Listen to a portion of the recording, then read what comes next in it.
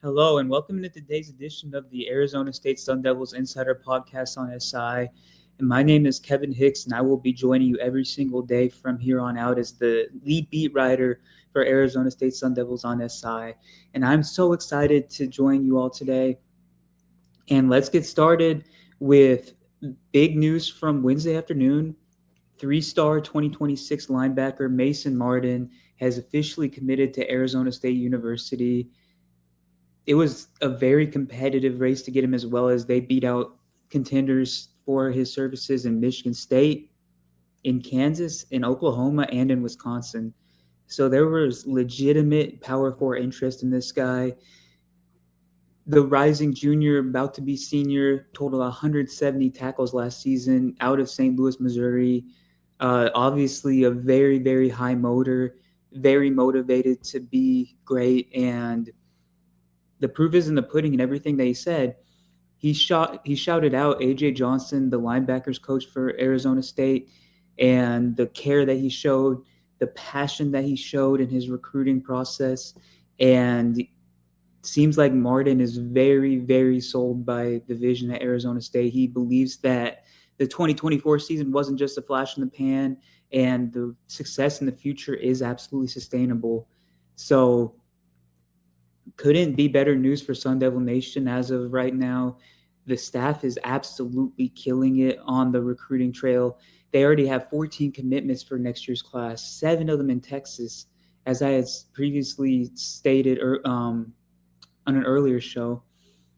That's as many from Texas as some Big 12 programs have total so far. So this class that Kenny Dillingham and his staff is building out is very, very quality and is very, very deep. Already a top 15 class with several months to go and improve the stock of this upcoming class. And the 2026 class might end up being the most vital out of all of them, as you have Jake Fede, who is a rising quarterback in the high school ranks. He just got invited to the Elite 11 camp, which is a camp that has been attended by Trevor Lawrence, by CJ Stroud, by Bryce Young, by even Tim Tebow. So there is lots of precedent of great quarterbacks that have come out of that camp. He is fully committed to Arizona State next year, and as luck would have it, there's likely to be an opening at the quarterback position, as Sam Levitt could be a high draft pick in next year's NFL draft. So we'll see how the 2026 Sun Devils recruiting class holds up, but that could end up being the most vital one of Kenny Dillingham's early tenure as Arizona State's head coach. I wanted to expand on the staff for a minute. I feel like we do not give enough credit to the staff that Kenny Dillingham has built out here at Arizona State. First off, Marcus Arroyo, that was a very, very tough task that was asked of him last season. He replaced Bo Baldwin, who only spent one season as offensive coordinator and had his play calling duties taken away after week 3 in the 2023 season, I believe. So Arroyo was given an impossible task, and he couldn't have done a better job in the 2024 season. The way that he was able to scheme Jordan Tyson, play Tyson to his strengths, the way that he was able to get the most out of Sam Levitt, even when Levitt wasn't the most comfortable to start the season.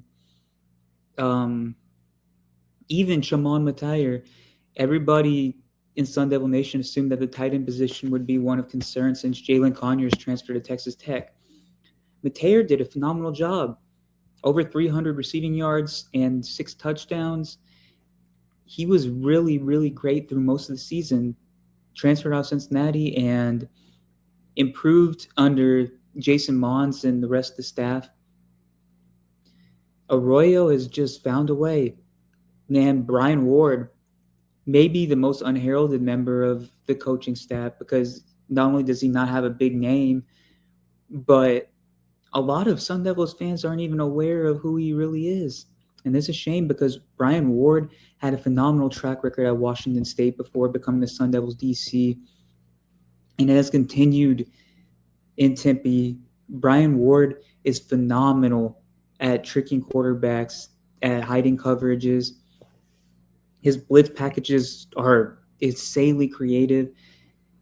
Even though the Sun Devils didn't have the best pass rushing output last season, A lot of that can likely be attributed to Prince Dorba missing a lot of times. So there were a lot of nuanced factors outside of the fact that it wasn't that productive altogether. But Brian Ward is phenomenal, and there's a reason why the athletic department paid up to retain him on the staff.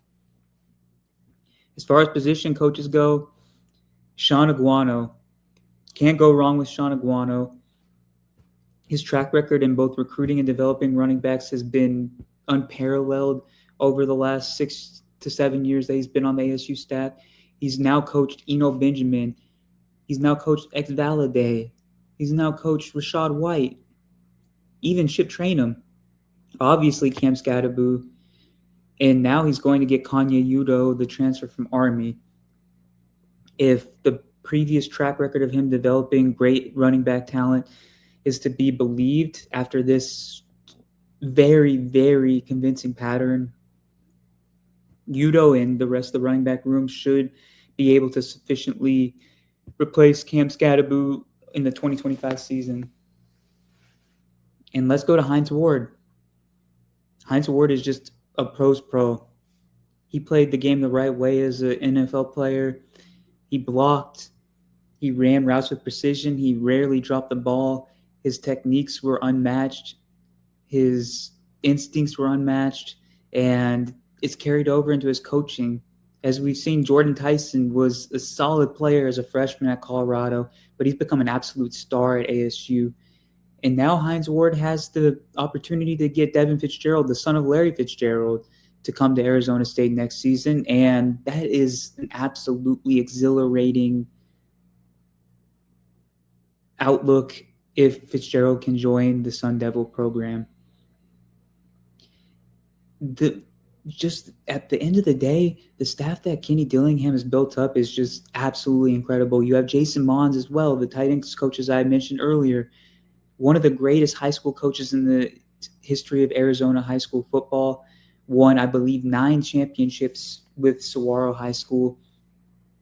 Just an unbelievable coach. Brian Carrington, the cornerbacks / DB coach, strong ties to Texas, has NFL coaching experience, has been really the charge of the uptick in recruiting efforts in Texas, and doesn't look like he's slowing down anytime soon. You look at players like Xavion Alford, you look at players like Shamari Simmons, you look at players like Nyland Green, who came in from Purdue. Players are lining up to play under Carrington. As it seems as if every other position coach has players lining up to play for them. That's just the simple fact. Arizona State has one of the very best coaching staffs in college football in the nation, and that is hard to argue against. And many fans would tell you that they would not have expected this to be the case a few years ago under Herm Edwards. While Herm Edwards did bring in some quality staff members such as Prentice Gill and Antonio Pierce, a lot of them ended up committing the violations that put Arizona State in this precocious position that Kenny Dillingham had to get them out of in the first place. So at the end of the day, the outlook for Sun Devil football couldn't be any more bright. The NIL situation is looking great. The coaching staff is looking great. Kenny Dillingham is as passionate and as motivated as ever. The talent is there to absolutely repeat as Big 12 champions. And we are now 100 days out from the start of the season. It is so exciting to count down the days until football is back. And I'll leave you with that today. Thank you for tuning into this podcast today. My name is Kevin Hicks. Once again, follow me on X at khicks_21 for all the best Sun Devil content on a daily basis. Goodbye for today.